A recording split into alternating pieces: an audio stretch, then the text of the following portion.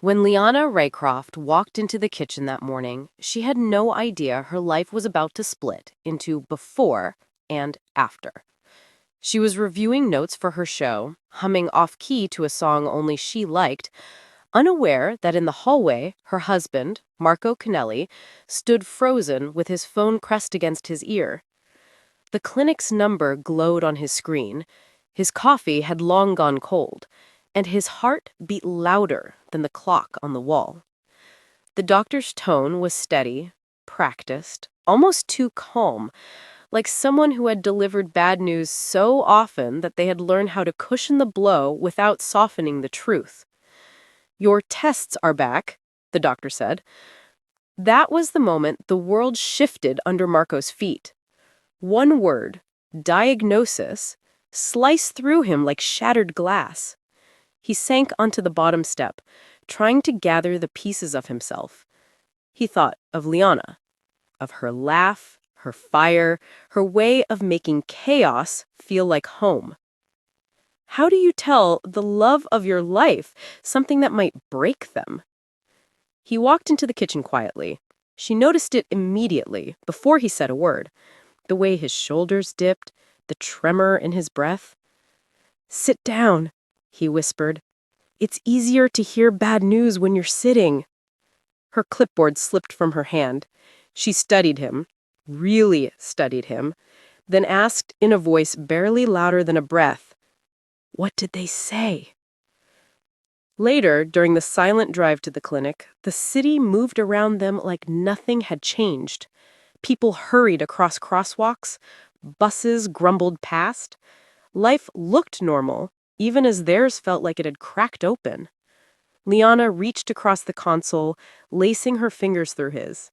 It wasn't dramatic. It was instinctive, familiar, full of love too real to perform. "I'll be okay," Marco told her, though neither knew what okay would mean anymore.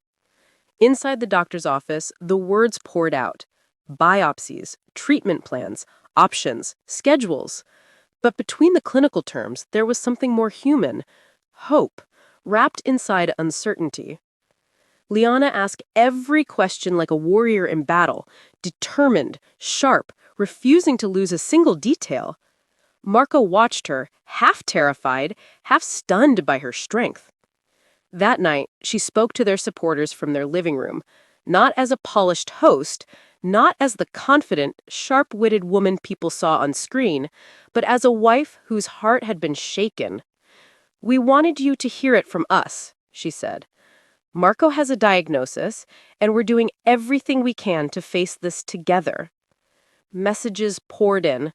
Meals arrived at their doorstep. Friends showed up with flowers, candles, and jokes that probably weren't funny, but mattered anyway. Strangers shared their own stories of fear, healing, and hope.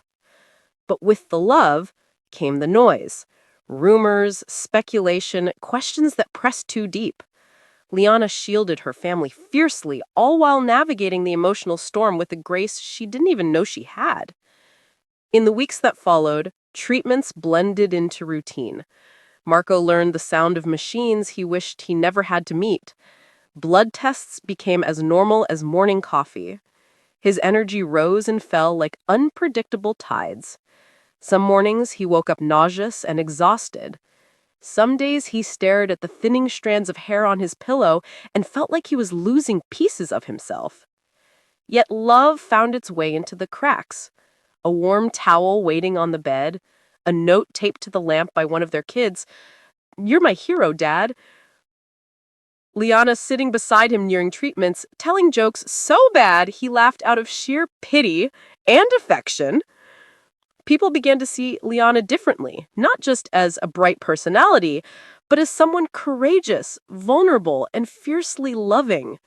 Her raw honesty shifted the story from tragedy to resilience.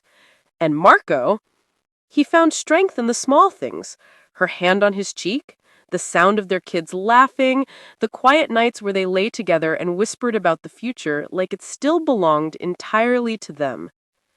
Though their journey was unexpected and painful, it deepened their bond, reminding them that love isn't just about celebrations, It's about surviving the storms hand in hand. Their message became simple: hold on to your people, hold tight, especially when life tests you.